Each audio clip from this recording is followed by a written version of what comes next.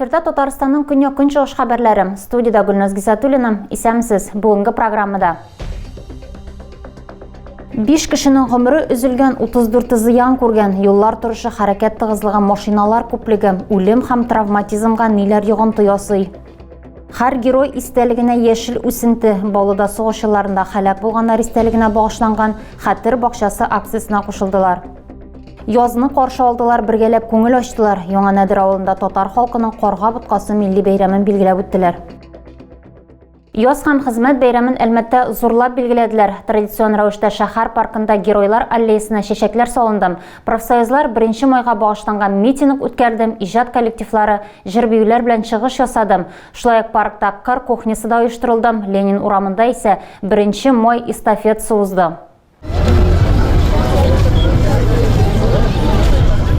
Традиция буенча 1 майда шәһәр паркында Геройлар аллеясына чәчәкләр салынды. Анда фидакар хезмәтләре белән район һәм тулайым республика үсешенә зур өлеш кертүчеләрнең исемнәре мәңгеләштерелгән. Бәйрәм шәһәр паркындагы фонтан янында дәвам итте. Биредә профсоюзлар оештырган тантаналы митинг узды. Шәһәр халкы һәм кунаклары өчен күңел ачу программасын иҗат коллективлары әзерләде.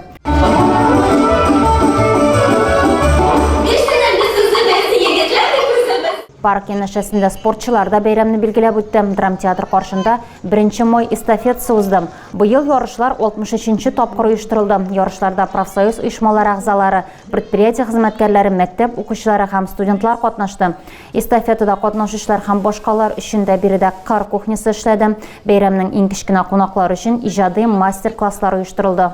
Быелның 3 айында Әлмәт юлларында 27 юл транспорт һәлакәте теркәлгән, 5 кешенең гомере üzülгән һәм 34 кеше зыян күргән. Юллардагы вазгыятны юл хәрәкәте иминлеге комиссиясендә тикшерделәр. Белгечләр районда үлем һәм травматизм күрсәткечләренә йогынты ясаучы берничә факторны билгели. Ситуация на дорогах была, есть и остается предметом нашего бдительного внимания, пристального внимания и вызывает подчас постоянное состояние тревоги. Шәһәр хакимияте һәм автоинспекторларда үлем күрсәткеченең югары булуы аеруча борчу тудыра. Только вот здесь присутствующие могут и обязаны принимать необходимые меры для решения проблемы и ликвидации аварийных участков, профилактики. Юл хәрәкәте иминлеге комиссиясе белгечләре фикеренчә, әлбәттә хәлакәтләргә берничә фактор йогынты ясый. Район территориясе мәйданы буенча республикада 2нче урында торган халыкның күплеге, җан башына туры килгән транспорт саны һәм агломерация аша берничә транспорт юлы үтә. Шул исәптән федераль трасса. Шәһәрнең төп урамы елдан-ел аварияләр саны буенча лидер булып кала. Җәяүлеләр кичә урыннарында өстәмә билгеләр һәм юл тигезсезлекләре урнаштыру мөһим. Шәһәр хакимияте фикеренчә, зебра билгесе төрле яктан һәм юнәлештән күренергә һәм укылырга тиеш. Район башлыгы шәһәр читендәге юлларга хезмәт күрсәтүче Татнефтедорны аеруча тәнкыйтьләде. Иртә язга карамастан, подрядчылар әлегә масштаблы эшләргә тотынмаган, ремонт срокларын контрольдә тотуга, автоинспекцияның да кушылуын сорадылар. Мы же по району ездим, мы же видим. Но звенья бригады сейчас должны повсеместно работать. Это вас совершенно не красит. Вы же у нас исполнители, поэтому по всем контрактам. Шәһәр читендә юлчылар сезонны башламаган булса да, шәһәрдә аны апрель уртасында ук ачтылар. Велосипедчылар һәм самокатта йөрүчеләр исә автоинспекторларга эш һәм юлда хәрәкәт итүчеләргә борчылыр өчен сәбәпләр дә өстәде. Ел башыннан Әлмәт юлларында барлыгы 27 юл транспорт хәлакәте теркәлгән, аларда 5 кеше һәлак булган һәм 34 кеше зыян күргән. Һәр герой истәлегенә яшел үсенте. Баулы халкы Бөек Ватан сугышы елларында һәлак булганнар истәлегенә багышланган Хәтер бакчасы акциясына кушылды. Яшел акциядә шәһәр башкарма комитеты хезмәткәрләре, ТОС җитәкчеләре, Алексеевка һәм Исергәп авылларыннан укучылар катнашты.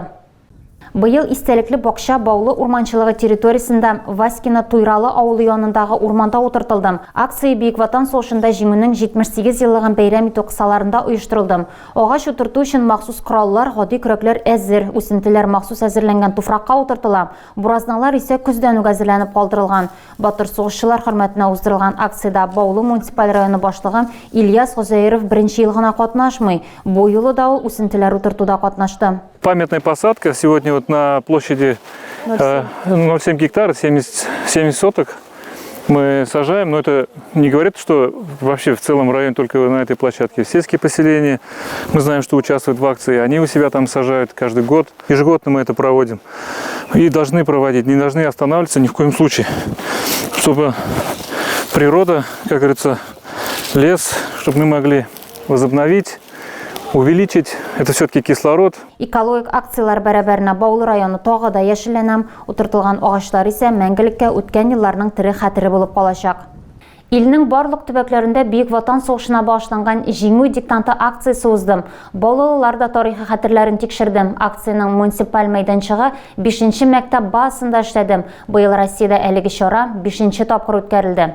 Я с большим удовольствием приветствую всех участников диктанта Победы, собравшихся здесь. Тарихи диктантта катнашучылар иң элек илнең төрле почмакларыннан онлайн трансляция карадым. Хәтта космостан да элемтәгә чыктылар. Җиңү диктанты төрле яшьтәге һәм төрле һөнәр ияләрен берләштердем. 45 минут эчендә акциядә катнашучыларга 25 тест биременә җавап бирергә кирәк иде. Барлык сораулар да Бөек Ватан сугышы тарихы белән бәйле. Алга таба барлык эшләр тикшерү өчен Казанга тест үзәгенә озатылды. Нәтиҗәләрне акциянең рәсми сайтында карарга мөмкин булачак. Хезмәтенә хөрмәте, үз эшен яратып башкаручы, күп еллар дәвамында һөнәренә тугры булганнар турында әнә шулай диләр. Чыбыклы сөтчелек комплексында нәкъ шундый сыер савучылар хезмәт куям. Аларның берсе белән Адилә Бурханова танышып кайтты. Таң ату белән Әлфия Мөхәммәтҗанова фермага яраткан сыерлары янына ашыга. Чыбыклы сөтчелек комплексында аның сыер савучы булып эшләвенә 18 ел. Лаеклы ялда булуына карамастан, Әлфия апа әлеге хезмәттән бушамый. 2009 елда гына мин монда килдем. Мин кул белән сау чорының соңгы көннәренә эләктем монда. Аннары инде аппаратка күчелде. Механикалаштырылды бөтен нәрсә. Современналаштырды. Авыр булса, элекке заман шикелле булса, монда эшли алмыйсың. Шуңа күрә миңа монда ошый режим. Бу мин теләгәнчә һәм үземне мин уш урынымы таптым дип уйлыйм. Фермада 1000-гә якын эре мөгезле терлек исәпләнә, көненә 2 тапкыр 50 сыер савырга туры килә аңа. Һәр малдан тәүлегенә 12 литр сөт савып алына. Сыер савучыларның эшен бүген заманча җиһазлар җиңеләйтә. Саву аппаратлары кулланылса да, кул хезмәтеннән башка булмый ди сыер савучы. Таналарны аппаратка ияләштергәндә дә тәҗрибәле савымчыга мөрәҗәгать итәләр. Әлеге юнәлештә 1 ай эчендә 120 мал Әлфия апа куллаша үтә. Үз теләгең белән эшләгән эшне эшлисең икән, кәеф яхшы, мәҗбүри җирмисең эшкә. Миңа бик ошый сыер саву. Шуңа күрә минем хәлем дә кала. Кысылмаган җир юк. Мәдәни йортына да барам, сайлауларда да утырам комиссияда. Кая кушсалар шунда. Әлфия Мөхәммәтҗанова үз эшен җырлый башкара. Вакытлыча гына дип сайлаган эше аның өчен гомерлек һөнәренә әйләнә. Үз эшенә гашыйк савымчылары белән лаеклы горурланалар Чыбыклы сөтчелек комплексында. Адилә Бурханова, Александр Тимофеев, Максим Майоров, Көньяк-Көнчыгыш хәбәрләре. Яңа Нәдер авылында татар халкының карга боткасы милли бәйрәмен билгеләп үттеләр. Балалар һәм өлкәннәр милли киемнәрдә елга буенда ботка пешердем. Бәйрәм ризыгы өчен азык-төлекне күркәм традиция буенча өйдән өйгә йөреп, авылдашлардан җыйдылар. Карга боткасы бәйрәмен безнең иҗат төркемендә күреп кайтты. Карга боткасы бәйрәме борынгы татар йоласы, ул кыр эшләре тамамланганнан соң билгеләп үтелә. Бу көнне ачык һавада пешкән ботканы каргаларга ашатырга кирәк. Үзенчәлекле исеме дә шуннан чыккан. Инде шушы ботканы су буенда каргаларга чәчеп, үзебез сыйланып, җәй көнендә мул уңышлар, көз көнендә мул уңышлар алырга дигән традиция. Басуларда мул уңыш өлгерсен һәм бәйрәм өстәле икмәктән өзелмәсен өчен авылда йортлар буйлап йөреп, азык-төлек җыялар. Ярма бар, димәк башка кирәк-яракларны да җыю зарар. Азык-төлекле булу өчен исә йорт хуҗаларының күңелен ачарга кирәк.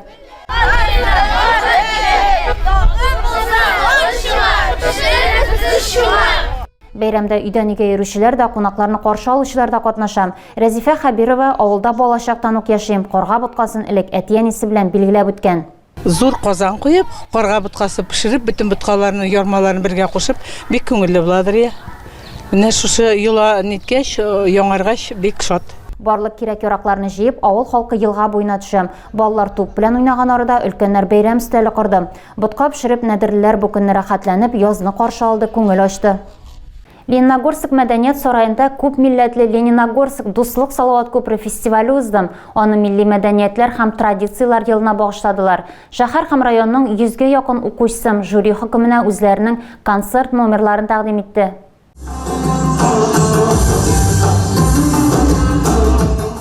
Катнашучылар үз сәләтләрен 4 номинациядә күрсәтте. Сәнгатьле сүз, хореография, вокал соло, вокал ансамбльләрдән торган концерт бер тында узды.